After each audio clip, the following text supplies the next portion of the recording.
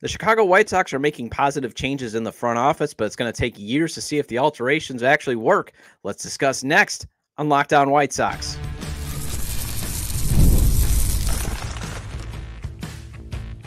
You are Locked On White Sox, your daily Chicago White Sox podcast. Part of the Locked On Podcast Network, your team every day.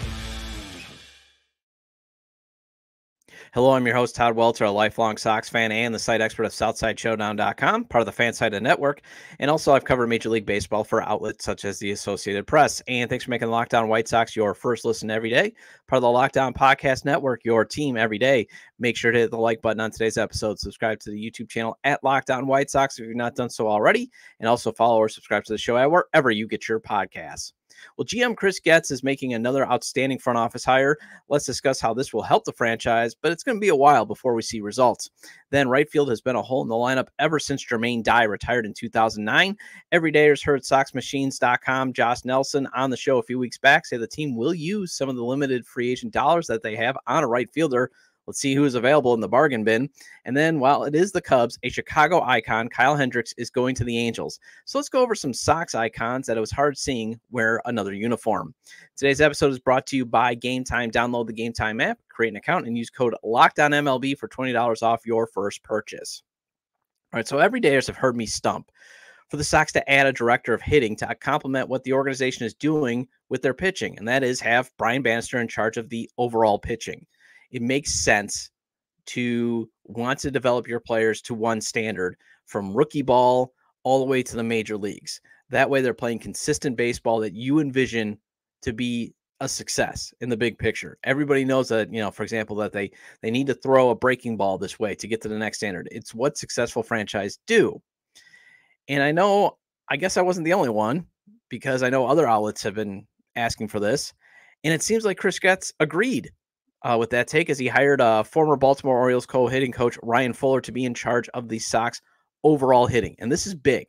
I think that this is huge, that the Sox are acknowledging the importance of making sure every player in the organization, like I said, from the Dominican Complex League to the Complex League, all the way up to your big leaguers, they're playing the same type of baseball that the front office believes will win championships. Now, here's the hard part in reading this news. Like it or not, we do have to trust that Chris Getz understands what brand of baseball the team should be playing to win championships. And then they got to get the players, and then they got to develop them. And second, this is going to take time to bear fruit. And I know a lot of, it's been very, very hard to be patient, especially when you were told last decade, be patient. This rebuild is going to yield championships, and it yielded one division title, 2 victories, and one of the most embarrassing ways that you can see a team decay. The other part that I would suggest in greeting this news is also don't stop now with just a head of pitching and a head of hitting. Have a director of fielding. Heck, have a director of base running. Make sure you have 4 people in charge of the 4 performance areas of the game that you need to develop, especially since the Sox have been terrible lately at hitting. They've been a terrible fielding team for the past couple of seasons, and they've just always been gosh awful at running the bases. And then the final thing I want to touch on is all these overhauls to the team's analytics, the international scouting, how the players will be developed, a new manager who embraces modern baseball thinking that Getz has brought in and overhauled, is another example of how the owner completely bungled Getz's hiring. And it isn't by hiring just Getz, the process. It was the mandate. The process was terrible to begin with, okay? Not interviewing a single candidate besides Getz, but it was also the mandate that he was given that he had to turn things around quickly. The mandate from day one should have been exactly what Chris Getz is doing right now. So I want to get into that. But first, I want to tie in this nugget from Britt Garuli's piece in The Athletic about the Orioles' secret sauce to developing hitting and kind of what Chris Getz is doing. So here's this nugget I wanted to pull from. This is what Britt Garuli wrote a couple weeks back. The problem is identifying what exactly the blueprint is. The Orioles are mum on their secret sauce. There are plenty of theories, though some of their guiding principles aren't necessarily groundbreaking. They're just difficult to execute, such as the 65 new hires that the Mike Elias regime made in roughly 18 months as the organization streamlined the messaging from coaches in the minor leagues and prioritized tough work environments to breed more competition through total culture shift. Quote, We have some organizational non-negotiable philosophies or values, and what we needed to do was find and hire a bunch of people that either believed in those or were willing to push those and build off of those, and that's what we initially did, said Matt Blood, who was promoted this winter from Director of Player Development to Vice President of Player Development and Domestic Scouting. We drafted players that sort of fit in those moments as well. So we were acquiring players with these skills, and we were finding coaches and building resources to reinforce these skills and then putting them to work, end quote. And this is what Chris Getz should have been doing from day one. Not wasting time trying to bring in Paul DeYoung, and Tommy Pham, and Robbie Grossman to help the whims of the owner who wanted to turn things around quickly and then realized, oh my gosh, with the limited financial resources I'm giving you, it's going to create actually an historically awful season. And only after, losing 121 games did you finally get the owner to say, you know what? Yeah, this can't be turned around quickly. You're right. Now we have to do it slow, do the slow burn. You can't renovate a mansion if it's actually burnt to the ground. And that is what the organization became in the final days of Rick Hahn and Kenny Williams. And that is one reason the hiring of Getz without a search was so maddening. And obviously also you hired the guy that helped unintentionally throw the figurative gasoline on the structure of the last rebuild, because Getz was not very good at his previous job in developing players.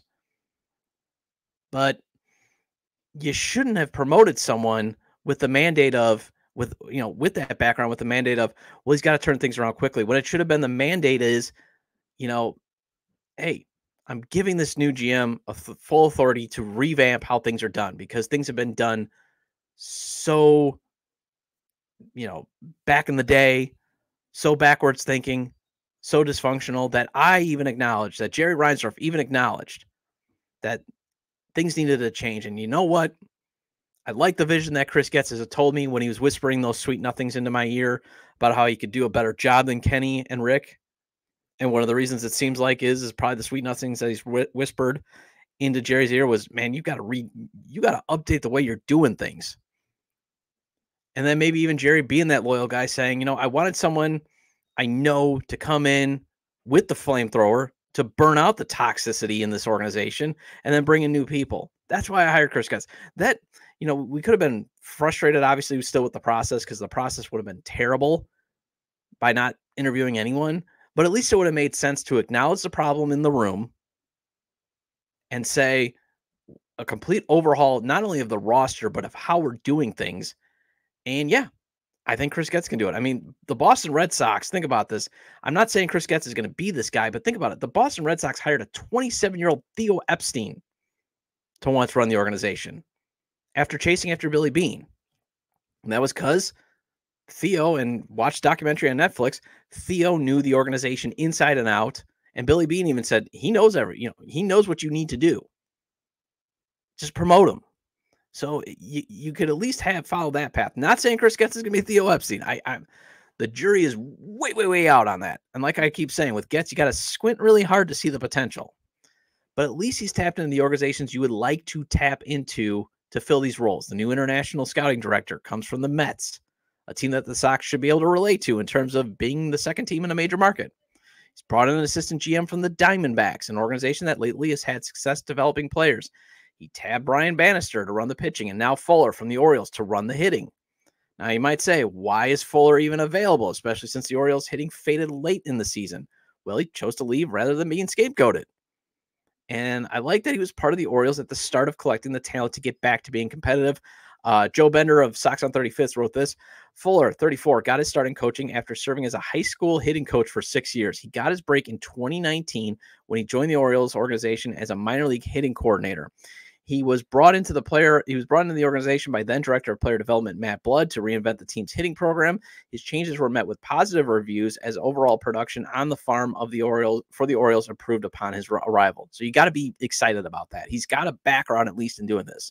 This isn't just, well, let's go grab a guy from the Orioles because they develop hitting. It's let's go grab the guy who was there at the beginning of when the Orioles were just god awful. And I like how SoxMachine.com's Jim Margulis also explained how this is important. This is what he wrote. The nature of Baltimore's hitting arrangement makes it tough to identify Fuller's individual contributions, but they all seem to be held in high regard. As the offensive swoon took hold in early September, Orioles hitters defended Fuller and the coaches.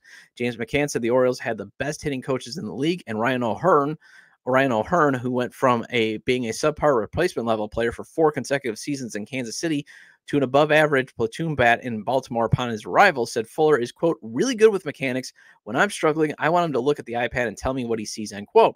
In a direct role, however, the feathers in Fuller's cap are less important than his knowledge of how the Orioles developed a program that both allowed them to develop drafted hitters and improve the fortunes of guys who had stalled elsewhere.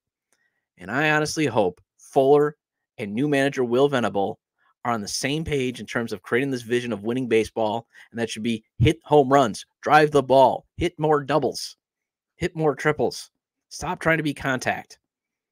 That's my hope that Getz listens to those two, and hopefully assistant GM Josh Barfield is on board, because I love his ties to Arizona with the developing players, but I don't want the contact-heavy D-back style of play because it doesn't play well at guaranteed rate field. Hit the ball hard, lift it, and it sounds like that's kind of Fuller's philosophy.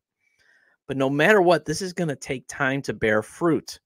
New international scouting now has to sign these players. They actually have to go out and recruit them. Fuller has to start implementing, and this could take a bit for players to adjust to what he wants them to do, even if he individually tailors swings to every single player. But again, this goes back to day one. A complete overhaul was needed. And we may have hated it because it showed then how bad the previous rebuild went. But that previous rebuild was basically a house of cards. The hope is rebuild 2.0 yields a figurative mansion instead. All right, well, let's get into one position that the original rebuild could never fix, right field, and see if there are any bargain free agents that could fill it yet again for at least a season, next on Locked On White Sox. With Robinhood Gold, you don't need a silver spoon to eat up the financial favors of the 1%. Robinhood Gold allows others to get rates and perks usually reserved for the high society. Now the resourceful individual with Robinhood Gold can earn the very liberal rate of 4.5% APY on uninvested cash and be rewarded with a handsome 3% retirement boost on an IRA account. Robinhood Gold provides the privileges of high net worth for any net worth. These generous benefits are now available for only $5 a month.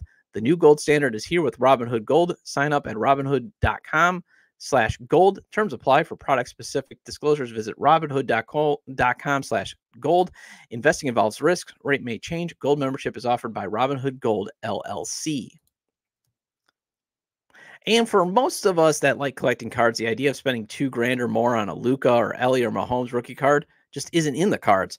Hey, I loved collecting cards as a kid, but that is some serious money to drop. And I know for a fact my old man wasn't going to give me that type of cash to drop to get cards like that. Thanks to slab packs from arena.com, now it's possible to score gem mints for a fraction of their retail price. Every card that I listed was a hit from last week's Arena Club slab pack drop. Arena Club is the only repack that provides real value, a complete view of all possible cards, and clear hit rates for each one. Had this existed when I was collecting, I wouldn't have to keep begging my old man every time at the checkout line to get a pack of cards. Arena Club slab packs are revolutionizing the repack game with transparency. After your pulls are revealed, they'll immediately be placed in your showroom for safekeeping, selling, trading, or auction. The Arena Club grading process is accurate, fast, and transparent with a full grade rationale provided and explanation of how your card scored. Whether you're buying, selling, or trading or displaying, Arena Club is the card collecting platform you have to check out.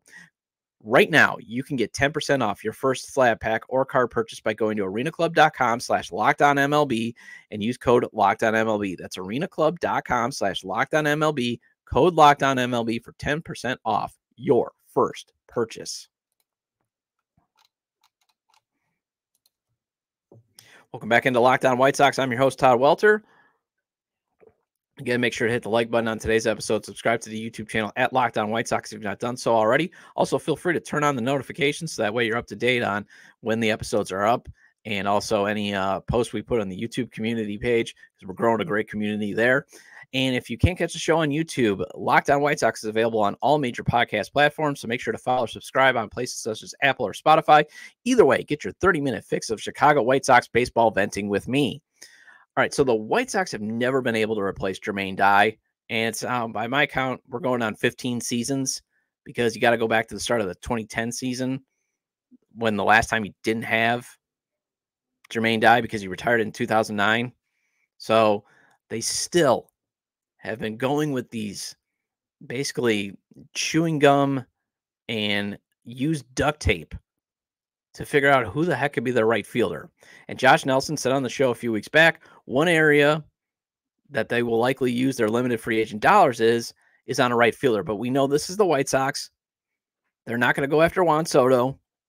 And I know he's not the greatest defensive right fielder, but I would take his bat in a heartbeat. The man's a superstar, a draw, but he would also probably cost you $900 million to get to the South Side, especially since Scott Boras revealed he wants to get to know the ownership, wants to have those conversations. And I could just see Juan Soto just laughing at the idea of playing for Jerry Reinsdorf when Jerry Reinsdorf would tell him about stories of Eddie Stanky and, wanting to have Branch Rickey run the team. And also, I'm a proponent of giving younger players runway next season. And since Dominic Fletcher was not given much of a one, I would say put him there and don't even bother with going with a veteran because you got Zach DeLoach to be your fourth outfielder. But especially since Fletcher's glove is already elite. I mean, I like watching Dominic Fletcher play defense. I like watching him track balls in the, outfield balls, fly balls. And also especially with Luis Robert Jr., his ability to play defense. That's two guys that it's going to be able to rob hits. That's going to be able to give you those extra outs above average. And especially since Fletcher's going to be able to catch anything that Luis Robert Jr. can't get to, that's going to help you in run prevention. But here's the catch. The reason why Fletcher was never given much of a runway is he struggled to hit. 223 at-bats, he hit 206 with one home run, and he hit 176 against lefties. Now, maybe he does start to hit a bit better if you give him more at-bats, but he doesn't exactly have a lot of pop in his bat, and you want to have some power at right field. Now, you can always make the exception, and I maintained you need a couple of bat-to-ball skills guys in your lineup. Usually you want to have at guaranteed rate field, I would say 2 to 3 of those guys.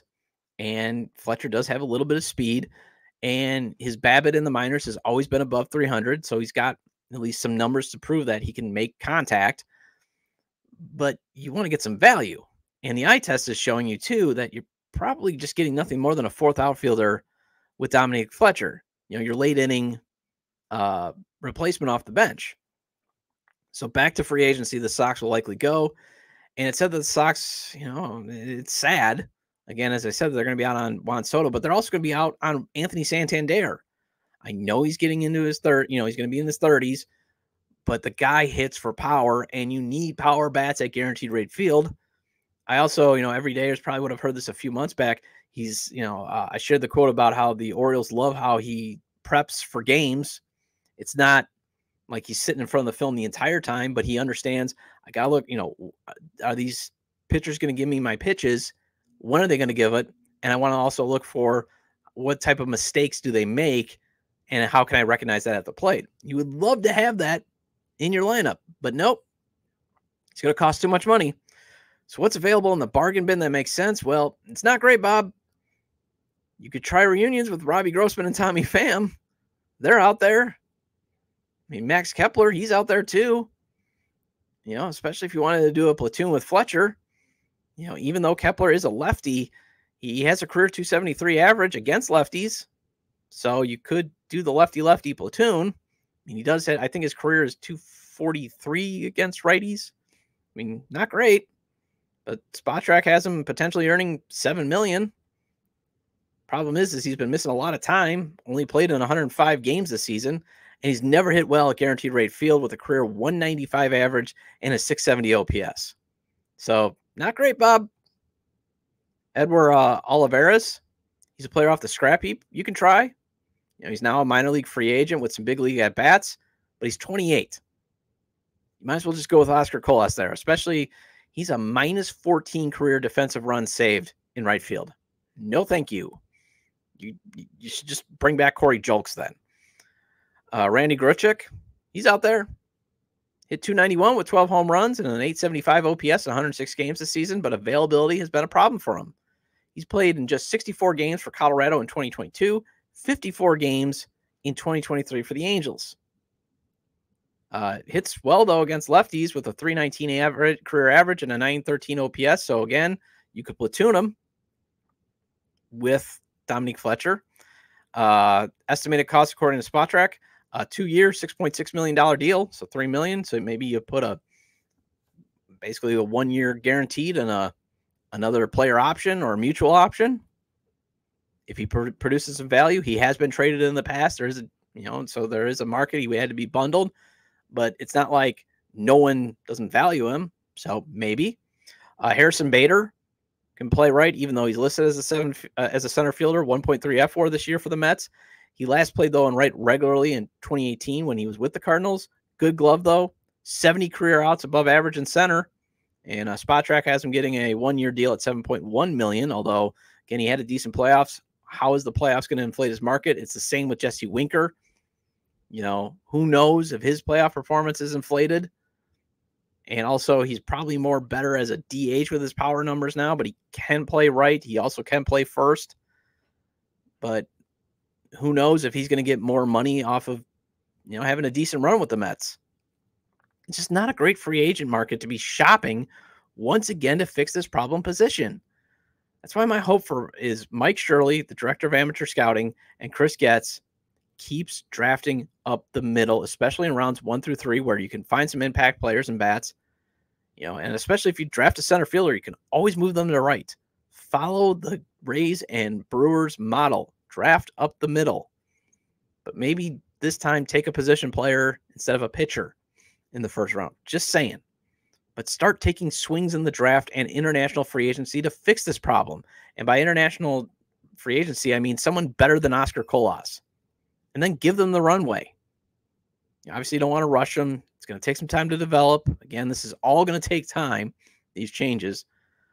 But when you think of why Colas has never been heard from much, it was because Pedro buried him. He did not get much of a runway. And yes, he was very frustrating to watch. But as you saw, the demotion actually worked. He got demoted, got buried, started to take more pitches. The problem is Pedro just buried the man. That's why free Oscar, trade him away. And Fletcher never got enough time to see if he can hit. I mean, you can just keep spending, bad money. Or how about this? Finally spend some good money, solve the problem, and sign Santander. But again, that would just be too easy, too expensive, especially for a team that is claiming poverty. All right, speaking of talking about players changing uniform, let's discuss some iconic Sox players it was hard to see wear another uniform next on Locked On White Sox.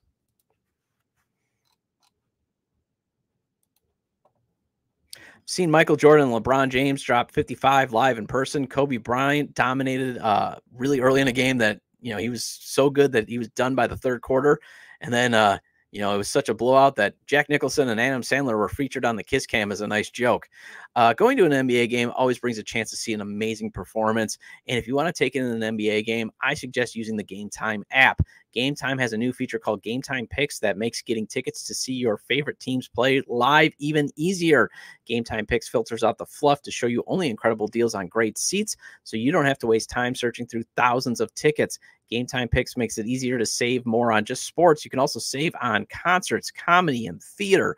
Get a panoramic view from your seat in the app before you buy. The lowest price guarantee, or Game Time will credit you 110% of the difference. Take the guesswork out of buying tickets with Game Time Picks. Download the Game Time app, create an account, and use code LOCKEDONMLB for $20 off your first purchase. Terms apply. Again, create an account and redeem code LOCKEDONMLB for $20 off. Download Game Time today, because what time is it? Game time. And get ready to tackle the NFL action with FanDuel, America's #1 sportsbook, because right now new customers can bet $5. Yeah, bet $5, not $500. You can bet $5 and get $150 in bonus bets if you win. The FanDuel Sportsbook app gives you everything you need to place live bets on the NFL all in one place. So when you get a hunch in the middle of the game, if you can check out the latest stats, view live play-by-play, and so much more on the same page where you place your bets. Again, just visit FanDuel.com to join today, and once you get started with $150 in bonus bets if you win your first $5 bet. And I always maintain FanDuel spreads, over and unders, and money lines. They're fun to play. But if you want to win big or at least double your money, FanDuel's parlays, props, and futures is the way to go. For example, the popular parlay for tonight's Cincinnati and Baltimore matchup is Derrick Henry, Jamar Chase, Chase Brown, and Zay Flowers all scoring an anytime touchdown. If that hits at plus 1130 and you put, say, $10 on it, that return will yield $113.09. That's FanDuel.com. Never waste a hunch and make every moment more with FanDuel, an official sportsbook partner of the NFL.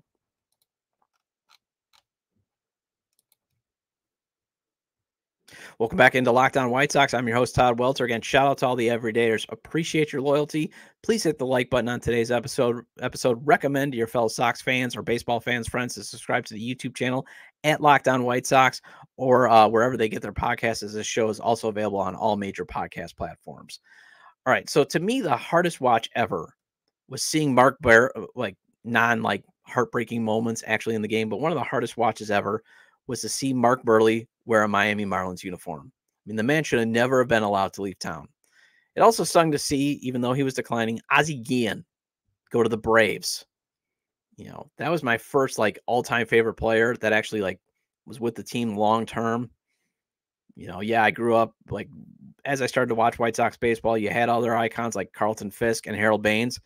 And Harold Baines going to the Rangers, that was my first ever heartbreak move. As a kid, that's when I realized, oh my gosh, this is actual business. I was 6. No 6-year-old should ever have to experience that. But time helped me get over it because at the end result, he eventually came back, number one. Number two, Wilson Alvarez and briefly Sammy Sosa was the return in that trade. And, they did have Sammy Sosa when he was likely clean, because with the Sox, he was nothing more than a great fielder with a cannon arm. But hey, it was those free weights, right? That turned him into an icon on the north side. It's free weights and getting away from Walt Henrich. That's how Sammy became Sammy, right? Yeah. And I'm not here to dunk on the Cubs as they're watching Kyle Hendricks leave town. Things end. And it did get me thinking about, man, it was hard to watch some other Sox icons get up out of here. Buehrle hits hard just because, again, of his role in 2005. I mean, that was also my first actual jersey buy. Still have it. He was one of my favorite players of all time. And he should have gotten the same ending that Paul Konerko got, especially since he wanted to stay. It wasn't going to take him a ton of money. He was willing to give a discount, and the team just wasn't interested. Seeing Chris Sale get traded to the Boston Red Sox, also a tough one, especially since time has been hard on that trade. And also, it was just I remember talking to a coworker of mine who was a Sox friend up here behind the cheddar curtain. And him and I were both like, how can you not build a winner around 2 pocket aces in Sale and Jose Quintana? How is that possible? I mean, you got to be trying hard not to build a winner with those 2 guys. That's why, I want to be excited about the young pitching that they have. But the Sox have always had, they've had some exciting young pitchers. They just can't put a team around them. Frank Thomas going to the A's was hard only in hindsight because, how 2006 played out. I mean, could you imagine the Sox in 2006 had they had Paul Konerko, Jim Thome, and Frank Thomas in the lineup? Now, I know it would have given Ozzie a migraine trying to figure out how to get them into the lineup all at the same time because, by that point, Thomas and Thome could not play the field, and you could only put Konerko at first base. But let's live in a vacuum where, hey, you could have 3 DHs. My gosh, those numbers that they would have put up. Speaking of Thome, at least he gave us some good years to not feel any pain of watching Aaron Rowan with the Phillies. I did like watching Rowan play, although didn't always enjoy watching, the fear of him going into the wall, thinking this could possibly end his career. AJ not ending his career on the South Side was also tough to see. But this is what happens with organizations and in baseball in general. Your icons don't usually finish where they started just because of the simple economics and the concept of time. Your legends want to play on and still for a decent amount of money. And usually the situation dictates, well, we've got this younger guy on the cheap. So it's just business. Darn you, Father Time and simple math.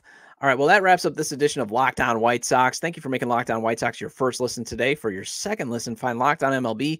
Baseball guru Sully brings you a daily blend of humor and baseball, keeping you updated on every rumor and story throughout the offseason. Find Locked On MLB on YouTube or wherever you listen to your podcast.